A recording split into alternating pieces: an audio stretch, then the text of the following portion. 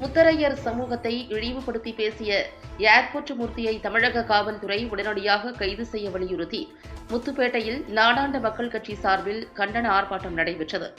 திருவாரூர் மாவட்டம் முத்துப்பேட்டை பேரூராட்சி அலுவலகம் முன்பு முத்தரையர் சமூகத்தை முந்தைய காலங்களில் எலியை பிடித்து உண்டவர்கள் என இழிவாக பேசியதாக ஏர்போர்ட் மூர்த்தியை கண்டித்து முத்துப்பேட்டையில் நாடாண்ட மக்கள் கட்சியின் நிறுவன தலைவர் பாலசுப்ரமணியன் தலைமையில் கண்டன ஆர்ப்பாட்டம் நடைபெற்றது.